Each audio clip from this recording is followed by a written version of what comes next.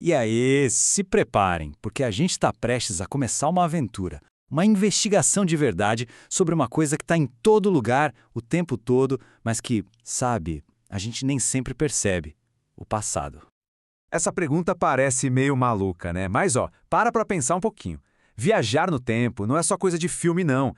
Todos os dias a gente meio que viaja no tempo sem sair do lugar, só de reparar em como as coisas vão mudando. É isso mesmo, a gente pode pensar nessas mudanças todas, ano após ano, como se fosse uma máquina do tempo que funciona no nosso dia a dia. Bora mergulhar nisso para entender melhor. É só puxar um papo com alguém mais velho da família.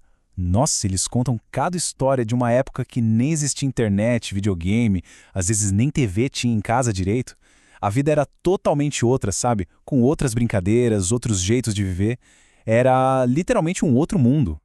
E o mais impressionante de tudo é a velocidade com que as coisas mudaram. Dá uma olhada nessa linha do tempo aqui, ó, da máquina de escrever, aí vai para a TV antiga, depois para o computador, até chegar no celular que está aí no nosso bolso. Tudo isso aconteceu em pouquíssimas décadas. É como diz ali, né? O tempo não para mesmo.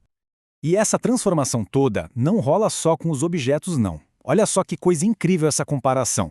É a mesmíssima Avenida Rio Branco, lá no Rio de Janeiro, só que em duas épocas diferentes. Na foto antiga, a gente vê aqueles carros de época, os prédios com outra cara.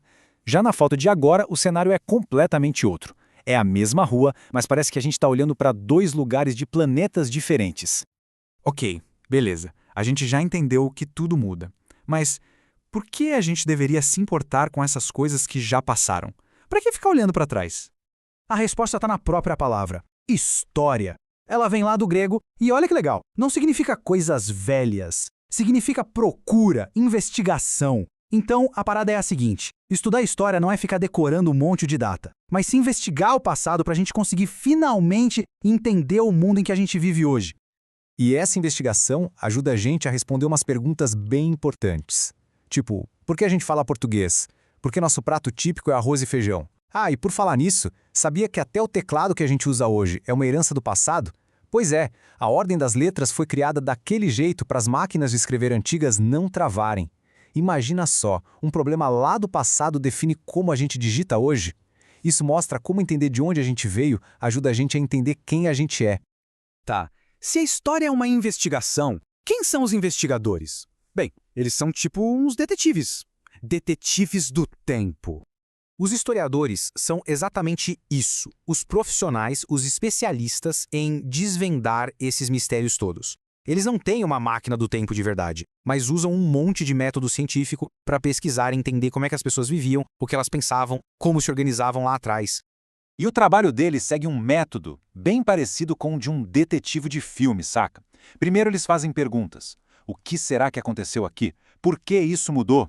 Depois, saem à caça de pistas. Aí eles analisam tudo, juntam todas as peças do quebra-cabeça e, por último, com base nessas provas, eles constroem a narrativa, contando a história do que eles descobriam. Mas que pistas são essas, afinal? Onde é que um historiador vai encontrar provas de coisas que aconteceram há centenas ou até milhares de anos? Bom, essas pistas têm um nome especial. São as fontes históricas. Uma pista pode ser uma construção gigantesca, como as pirâmides do Egito que a gente está vendo aqui. Elas não são só um amontoado de pedras, de jeito nenhum. Elas contam pra gente sobre as crenças que eles tinham, sobre o conhecimento de matemática, engenharia e sobre o poder imenso dos faraós naquela civilização toda. Outro tipo de pista são os documentos escritos. Um jornal antigo, como esse aqui da imagem, é tipo uma janela para um dia específico lá no passado. Ele mostra o que era notícia, como as pessoas se comunicavam, quais eram as preocupações da galera daquela época. É muito legal. E claro, as imagens são pistas super poderosas. Essa fotografia aqui de uma família de imigrantes japoneses no Brasil, por exemplo, revela muito mais do que só os rostos deles. A gente consegue ver as roupas, o jeito do cabelo, a expressão no rosto. Cada detalhezinho dá uma dica sobre como era a vida e os costumes daquele tempo. Agora que a gente já entendeu como a investigação histórica funciona, chegou a hora de colocar a mão na massa.